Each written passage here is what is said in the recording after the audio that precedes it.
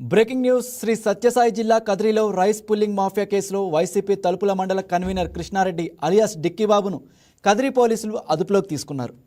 Rice pulling పేరుతో YCP నేత కృష్ణారెడ్డి పలువురిని భారీగా మోసాలు చేసినట్లు ఆరోపణలు వెలువెత్తుతున్నాయి. కృష్ణారెడ్డి ఏపీతో పాటు కర్ణాటక, తమిళనాడు, తెలంగాణ, మహారాష్ట్ర రాష్ట్రాలకు చెందిన పలువురు ప్రముఖులను లక్ష్యంగా చేసుకొని డబ్బులు వసూలు చేసినట్లు పోలీసులు గుర్తించారు. రైస్ పుల్లింగ్లో భారీ లాభాలు వస్తాయని నమ్మవలికి కోట్ల రూపాయలు కాజేసినట్లు ఆరోపణలు ఉన్నాయి. ప్రధానంగా కడపకు చెందిన ఓ వ్యక్తి వద్ద నుంచి 30 లక్షలు తీసుకొని ఎటువంటి ఫలితం చూపకుండా మోసం చేసినట్లు బాధితుడు ఫిర్యాదు చేయడంతో విషయం వెలుగులోకి వచ్చింది. బాధితుడి ఫిర్యాదు ఆధారంగా కేసు నమోదు చేసిన కదిరి పోలీసులు డిక్కీబాబును అదుపులోకి తీసుకొని విచారణ చేపట్టారు. ఈ వ్యవహారంలో మరికొంతమంది బాధితులున్న అవకాశాలున్నాయని పోలీసులు అనుమానిస్తున్నారు. రైస్ పుల్లింగ్ పేరుతో సాగుతున్న మోసాలపై ఇప్పటికే వివిధ జిల్లాల్లో కేసులు నమోదైన నేపథ్యంలో ఈ కేసు కూడా పెద్ద ఎత్తున దర్యాప్తుకు దారితీసే అవకాశం ఉంది. డిక్కీబాబు ద్వారా మరెవరు మోసపోయారన్న దానిపై పోలీసులు పూర్తిస్థాయి విచారణ కొనసాగిస్తున్నారు.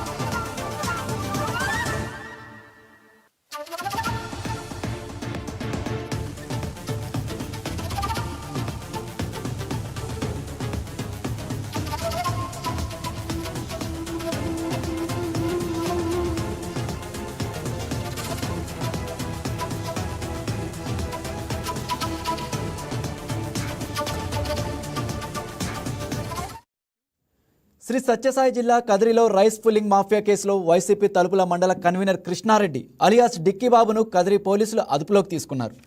రైస్ పుల్లింగ్ పేరుతో వైసీపీ నేత కృష్ణారెడ్డి పలువురిని భారీగా మోసాలు చేసినట్లు ఆరోపణలు వెలువెత్తుతున్నాయి. కృష్ణారెడ్డి ఏపీతో పాటు కర్ణాటక, తమిళనాడు, తెలంగాణ, మహారాష్ట్ర రాష్ట్రాలకు చెందిన పలువురు ప్రముఖులను లక్ష్యంగా చేసుకొని డబ్బులు వసూలు చేసినట్లు పోలీసులు గుర్తించారు. రైస్ పుల్లింగ్లో భారీ లాభాలు వస్తాయని నమ్మవలికి కోట్ల రూపాయలు కాజేసినట్లు ఆరోపణలు ఉన్నాయి. ప్రధానంగా కడపకు చెందిన ఒక వ్యక్తి వద్ద నుంచి 30 లక్షలు తీసుకొని ఎటువంటి ఫలితం చూపకుండా మోసం చేసినట్లు బాధితుడు ఫిర్యాదు చేయడంతో విషయం వెలుగులోకి వచ్చింది. బాధితుడి ఫిర్యాదు ఆధారంగా కేసు నమోదు చేసిన కదిరి పోలీసులు డిక్కీబాబును అదుపులోకి తీసుకొని విచారణ చేపట్టారు.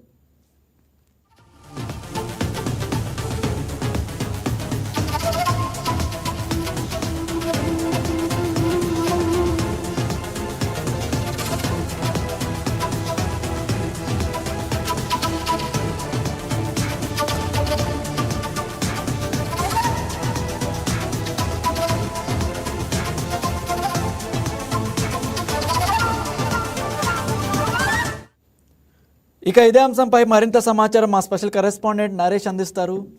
Good evening Naresh. ఇక కదిరిలో రైస్ పుల్లింగ్ మాఫియా కేసులో కృష్ణారెడ్డి అలియాస్ డిక్కీబాబును పోలీసులు అరెస్ట్ చేసినట్లు తెలుస్తోంది. దీనికి సంబంధించి మీ దగ్గర ఉన్న అప్డేట్స్ ఏంటి?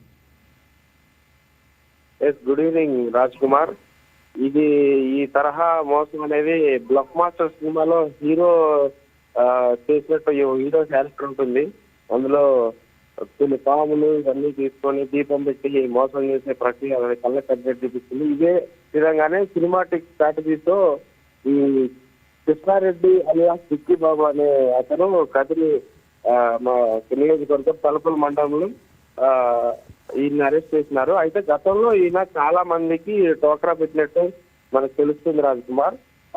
ఒక రాగి బిందె తీసుకొని అక్కడ ఒక బియ్యాన్ని చల్లి దానికి ఆ బియ్యాన్ని ఆకర్షించే విధంగా బిందెకి ఏదో ఒక పూత పూసి అక్కడ నిధులు ఉన్నాయని చెప్పి వాళ్ళు మోసగించి వాళ్ళ దగ్గర డబ్బులు కాజేసే వ్యవహారం అయితే గత కొద్ది రోజులుగా ఈయన అంటే కొత్త సంవత్సరాలుగా చేస్తున్నాడు. అయితే ఈయన కోసం గాలిస్తూ పోలీసులు ఎంతో పట్టుకోవాలనే ప్రయత్నాల్లో భాగంగానే ఈరోజు కదిరి పోలీస్ స్టేషన్ లో కదిరిలో ఆయన పోలీసులు దొరికాడు. అయితే ఈయన తెలంగాణ, తమిళనాడు, కర్ణాటక, మహారాష్ట్ర వేరే రాష్ట్రాల్లో కూడా పెద్ద పెద్ద బిజినెస్ మ్యాన్లు, రాజకీయవేత్తలు, కొద్దిగా డబ్బున్న బడా పార్టీలందరినీ పట్టుకొని వాళ్ళని మభ్యపెట్టి అక్కడ నిధులు ఉన్నాయి, ఇక్కడ నిధులు ఉన్నాయి, లేకపోతే ఈ రైస్ పుల్లింగ్ ఏదైతే రాగి బింది కానీ చెమ్ము కానీ మీ ఇంట్లో ఉంటే ఏ విధమైన ఆటంకాలు రావు, మీకు ఎంత రాజయోగం పడుతుందని ఇట్లా మోసం మాటలు చెప్పి వాళ్ళని మధ్య పెట్టి డబ్బులు కాజేసే వ్యవహారం అయితే గత కొద్ది రోజులుగా చేస్తున్నారు రాజ్కుమార్. అయితే ఇతను ఇటీవల కడపకు చెందిన ఒక వ్యక్తి దగ్గర 30 లక్షల రూపాయలతో ఒక టోకరా చేసినాడు. అతను దీన్ని గమనించి ఆ వ్యక్తి ఫిర్యాదుతో ఈ రోజు అయితే కదిరి పోలీసులు ఇతన్ని పట్టుకున్నారు రాజ్కుమార్. ఓకే నరేష్,